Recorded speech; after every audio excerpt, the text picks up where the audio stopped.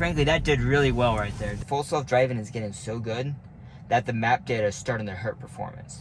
From a driving standpoint, this is probably the smoothest it's ever been. Hello everyone, we are back to do the Crazy Hill test. Just finished up the Saluda Drive. Fortunately, we did have one disengagement on that, the same thing as the last two versions. So it's something weird with the nav data or something that's causing it to go turn down that road. If you haven't seen that video, I'll link it down in the description below the like button. But I'm gonna go ahead and get us started on this. If you're not familiar with the Crazy Hill test, well, that is the Crazy Hill test. A bunch of hairpin turns, a ton of elevation drop. I think it's almost 1,000 feet of elevation drop. So, see what it's gonna do. Okay. Well, why don't we get it on the road and not count that intervention? We're not gonna count that one. Maybe it just didn't like where I started right there. But you already saw the map. We're gonna bring up the camera. Let's turn on the blinker. Yeah, the map data is terrible here. It's not good. We're probably gonna have a number of cars here. They do tubing and kayaking tours and drop-offs and everything else down here. So we're probably gonna see a lot of cars.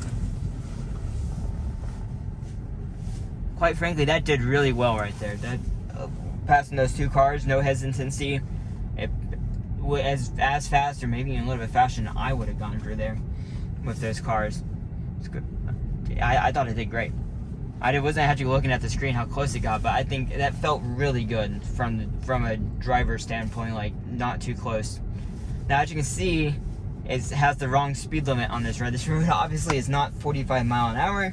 That would be insane. Should be 25 mile an hour, but we're gonna do auto speed, see what it does. Again, the last two times I did this, I think I had the kayak on or the trailer or both. So we are gonna see how it does without that kayak in the way. I really think that does affect it. We were able to get all the way down the Crazy Hill test without an intervention last time, but coming back up is the challenge. Coming down is definitely a lot easier than coming back up. And see, it's cutting these corners a little bit too sharply. So I'm gonna have to watch that. I wasn't actually paying close attention on this one. What in the world is this contraption in front of us? Some tractor with a side cutter. Jesus.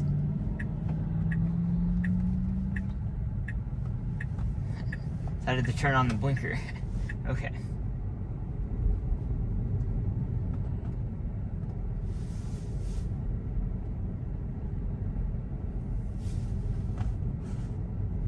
I think that truck just burnt rubber coming up this. Yeah, see, it's too far to the left right here. I wish I had a car, like a follow car behind me or a lead car, so I could stop in the middle of the road and show you the B-pillar camera, like just how much of a blind spot this is.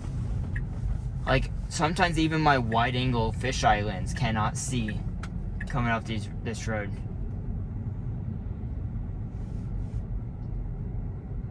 And it just stays a lot of times too far to the left. Like there's a good chance I'll have to disengage if we're too far to the left. I'm gonna watch, like I can lean my head really far forward, but the car can't do that. And then all of a sudden this car comes out of nowhere. And for some reason it's turning on blinkers, which I don't remember it doing in the last two versions. But maybe this is new at 12.4.3. It's unfortunately regressed to turn on blinkers again going around curves. And that could be because of the crappy map data. I don't know how the camera got turned on, but one thing that does seem improved, now I can't remember, maybe it's because of the trailer, maybe not. It seems to really have a good idea of where to stay in the road. Like this is where I would drive, and it stays. Now it starts moving slightly to the right. Well, could go a little bit further to the right. It waited till those cars to pass until I could go. Like I'm not doing anything. Yeah, it's more. I don't know. It's definitely more timid. Okay, come on, car. Go down before someone gets behind me.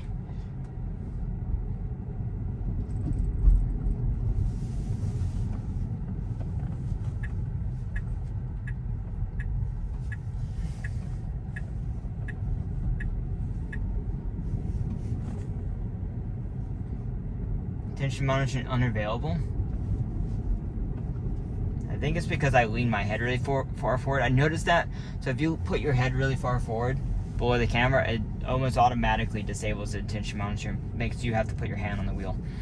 Because I've done that before, the lean forward, because I'm shorter, so it's easier for me to get out of the view of the camera. Yeah, that's interesting. I do want to keep my hands near the steering wheel. As you saw on the last route on this, it got too close coming back up the hill, and I had to disengage because it almost was this direct head-on. This contraption, man, I didn't know what this was until they came into my backyard. They are for the power lines. They are doing tree maintenance.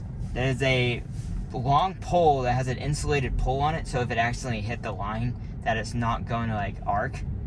And it has a saw blade at the end that spins and just cuts off limbs. It's crazy. It's a crazy contraption. Fortunately, it tore up my yard pretty good, but fortunately, I didn't have a tractor to be able to fix it. It's just, they didn't purposely do it. It's just, you know, that's how it goes.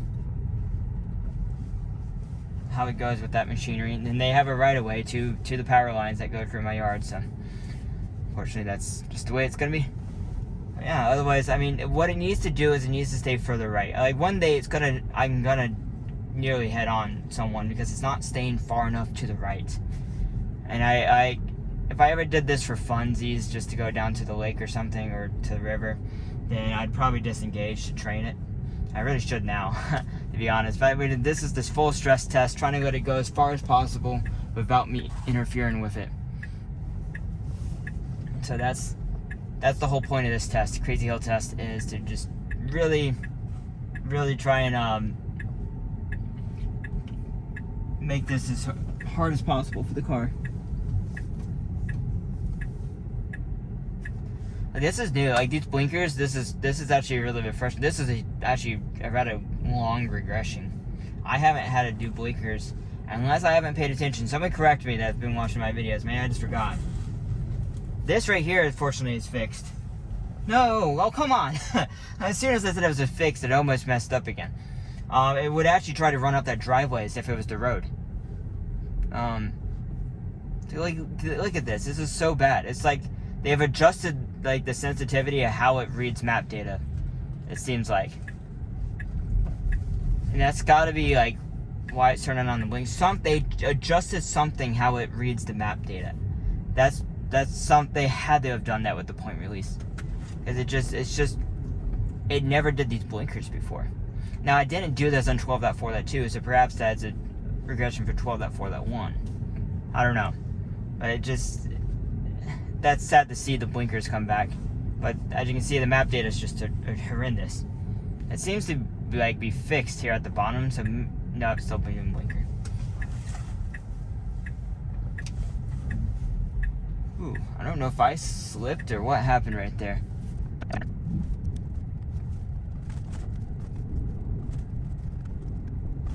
I handled that narrow bridge well. So yeah, but I guess we didn't have any interventions coming down the hill. It wasn't great. I really don't feel like that was the best it's ever done. All the blinkers really annoying and everything else. That just didn't feel as smooth as it's done in the past. Perhaps it's because of all the traffic. This is actually, to be fair, this is as much traffic. There's one video titled like tons of traffic or something on Crazy Hill Test, and this seemed to be better over that time, which I think was 12.3.6. It failed miserably on the one. It was just so much traffic, kept on head-on collision type scenarios. This did great, I think, compared to that. Compared to the last time I did it, I don't know. And I had a trailer stuck behind me, so remember that. Let me see, actually, if I can, let's see if I can get out of this parking lot.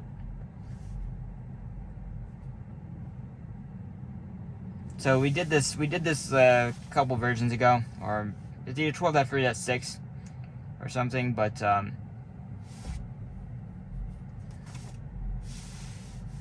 waiting for it to route, and we're gonna enable it in the parking lot, and see how it does it. It actually did a U-turn around at the end of the parking lot. I'm waiting to make sure that one's behind me.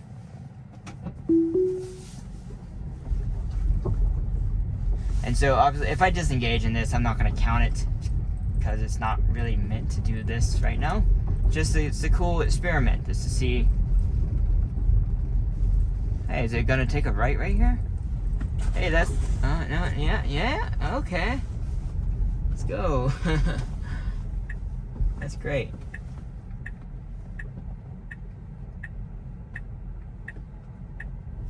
Okay, I would rather have waited for this truck to go by first, but hey, that worked well. Look at that, everyone. They can go through a gravel parking lot. So yeah, we're on our way back up Crazy Hill Test, and we are just... Oh, we got 2 cars behind us. We're gonna... I'm afraid we're gonna not do well. There's a lot of people coming back from River Day. It's very hot here today. And about 90 degrees here today. Cool off a little bit because these storms are starting to roll in. But, I mean, if it goes like this, we actually might not need to disengage. This is good. The problem is it's going to slow down a lot, I think, going around the curves. So I'm just going to go plan on intervening versus disengaging. Because it needs to go... It depends how much we're going to tailgate it by the 2 cars behind me. Right now, I think this is fine. I think we're totally fine to keep it enabled, no interventions right now. Except for this. Like that slowed down too much right there. Let's see what it does going around the curve.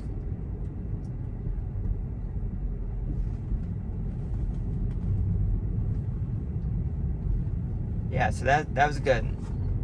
You can see the car in front of us just turned around there. It'd be funny if it caught up to that car, then we won't have a problem. It turned on the left blinker.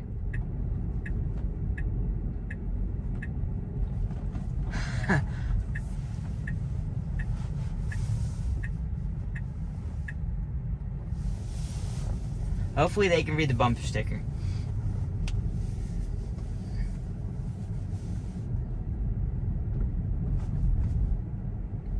The thing is about a gas car with its transmission is that going slow up a hill like this is actually really bad for it. Because you're in between gears constantly. And that can really actually probably wear on your transmission. Versus just keep it a constant speed is better for it. Now, considering like it seems like I'm almost... These blinkers are terrible, man. This is like why they regress so bad with blinkers. I thought that was finally solved with the version 12 versions. I thought that was finally solved, but this is absolutely terrible. Oh, we got a truck coming down the hill.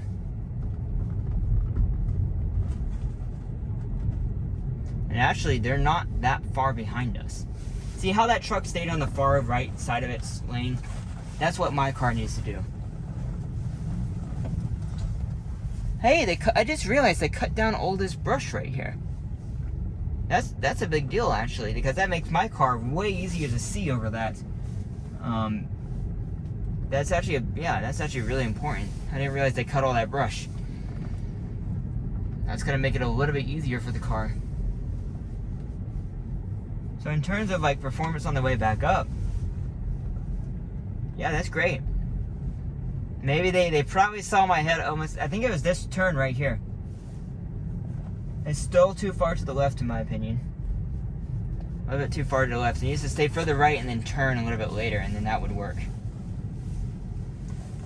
Otherwise, I mean, this van actually isn't that far behind. I mean, maybe they're just being courteous.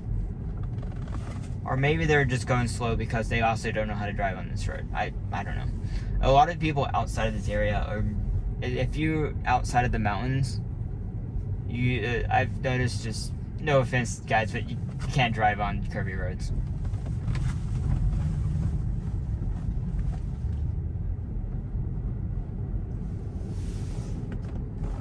Food truck. This is actually doing surprisingly well. I would have bet I would have intervened by now, actually. I would have guessed I would have intervened on this for sure, but I'm not. I haven't so far. Like the whole way, actually, which is surprising. If I can make this, I'm gonna have to double check the video because I thought I did something on the first besides that first little tap, which we didn't count. I'm gonna be pretty blown away. If I can't say it's the best it's ever done because of these stupid blinkers, mostly.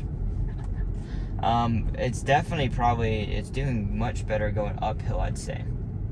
Much better speed control. Like, why is it turning, like, it's because of the map data. I don't know what to say.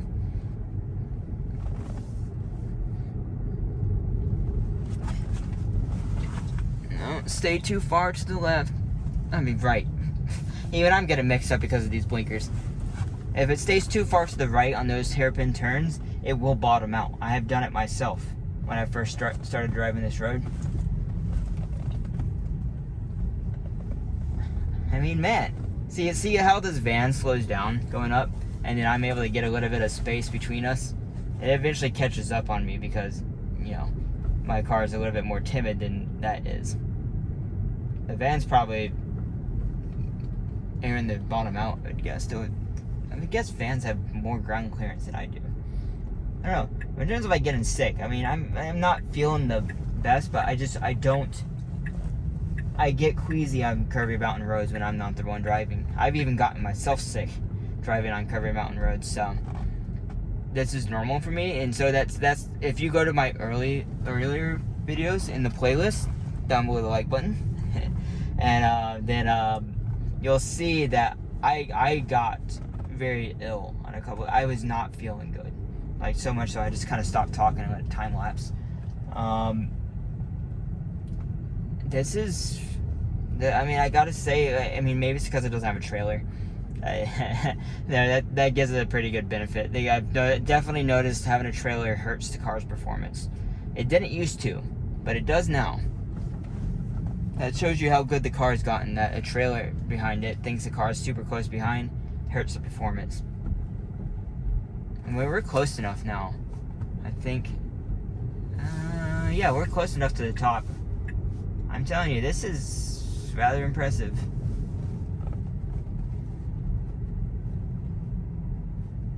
I guess it's more likely you're going to see a car coming up than down. It's probably a whole line of cars now. It's 1, 2, 3, 4 cars. Yeah, there's 4 cars lined up behind me. I don't feel too bad because this van's not really going that fast behind me. And this is very normal on this road. I fortunately haven't really dealt with it myself because I test with full self driving and it's always the slowest car on the road. But if I was driving myself, I would almost certainly be waiting behind someone else, as I drive a lot quicker than full self driving. But quite frankly, this is comfortable. I'm actually surprised how comfortable it is going up. Like this is,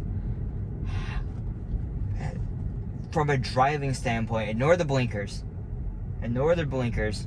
From a driving standpoint, like, well, this is going a little bit slow in here. Now, you can go a little bit faster, but yeah, this is good now.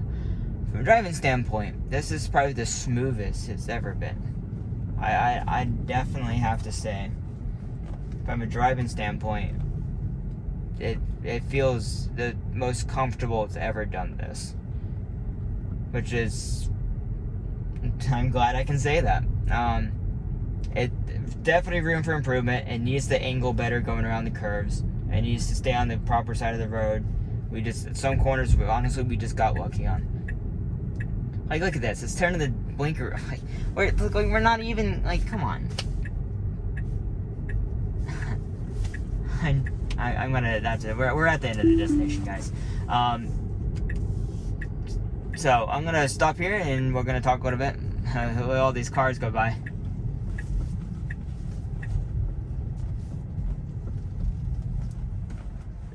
We have 4 cars behind us, so not too bad. But yeah, I think that did absolutely great. The blinkers are regression, but that's because of the really piss poor map data. Tesla, if you can really start addressing the map data, full self-driving is getting so good that the map data is starting to hurt performance. It's becoming a problem. You guys are relying too heavily on map data and nav data to routes, and it's becoming a problem. But yeah, let me know what you guys think down below, and I will see you in the next video. Thanks for watching.